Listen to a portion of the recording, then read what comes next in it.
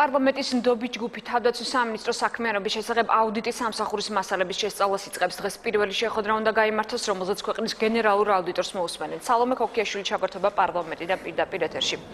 სალომე, ცნობილია, რომ ხარჯვით ნაწილს ეხება ის დარღვევები, რომელზეც საუბარი არის ამ დასკვნაში, ხომ არ უნდა ელოდოს დღეს საზოგადოებას სიახლეებს?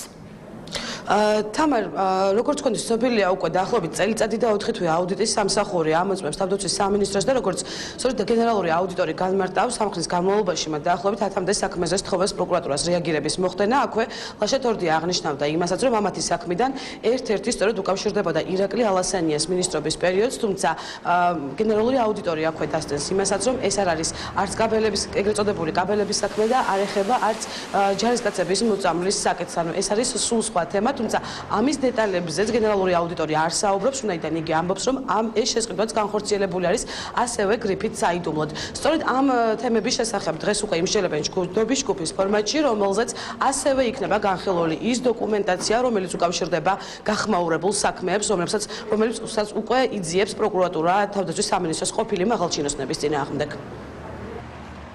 დღეს ჩვენ გავეცნობით აუდიტის მასალებს, რომელიც შეეხება თავდაცვის შინაგან საქმეთა სამინისტროების და სახელმწიფო დაცვის სპეციალური სამსახურის ფინანსურ საქმიანობას, ასევე სიკვდილსა და თავდაცვის სამინისტროს შორის გაფორმებულ ხელშეკრულებას. თითოეულ საკითხს ვიმსჯელებთ და იმის მიხედვით, თუ რას გადაწყვიტავს ნდობის ჯგუფი, შედგება ოქმი და ამ ოფში დაფიქსირდება ნდობის ჯგუფის გადაწყვეტილებები. ნდობის ჯგუფს წარუდგენთ იმ მასალებს, რომელიც ეხება თავდაცვის სამინისტროს შემოწმებას, როგორც მოგეხსენებათ, ჩვენ ამოწმეთ 2011-12 წლის ფინანსურ საქმიანობას თავდაცვის სამინისტროსთვის, შესაბამისად ნდობის ჯგუფის მოთხოვნით ჩვენ ეს მასალები პარასკევს გადაუგზავნეთ მათ.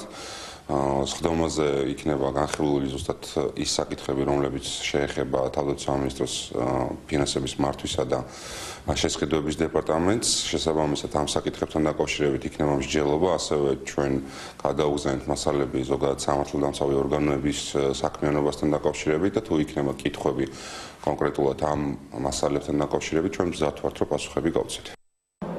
ყველა იმ საკითხზე, რომელზეც დღეს ნდობის ჯგუფის წევრები იმსჯელებენ, ყველა ამ თემას ადევს გრიფის საიდუმლო, თუმცა კანონის თანახმად ნდობის ჯგუფს აქვს უფლებამოსილება იმ შემთხვევაში, თუ კი ჯგუფის წევრები მიიჩნევენ, რომ ამ მასალების ერთი ნაწილი ექვემდებარება გასაჯაროებას, მათ აქვთ უფლება, რომ სპეციალური მიმართვით მიმართონ საქართველოს პრემიერს ამ მასალებზე საიდუმლო გრიფის მოხსნის შესახებ. ნახოთ, რა გადაწყვეტილებას მიიღებს ნდობის ჯგუფი.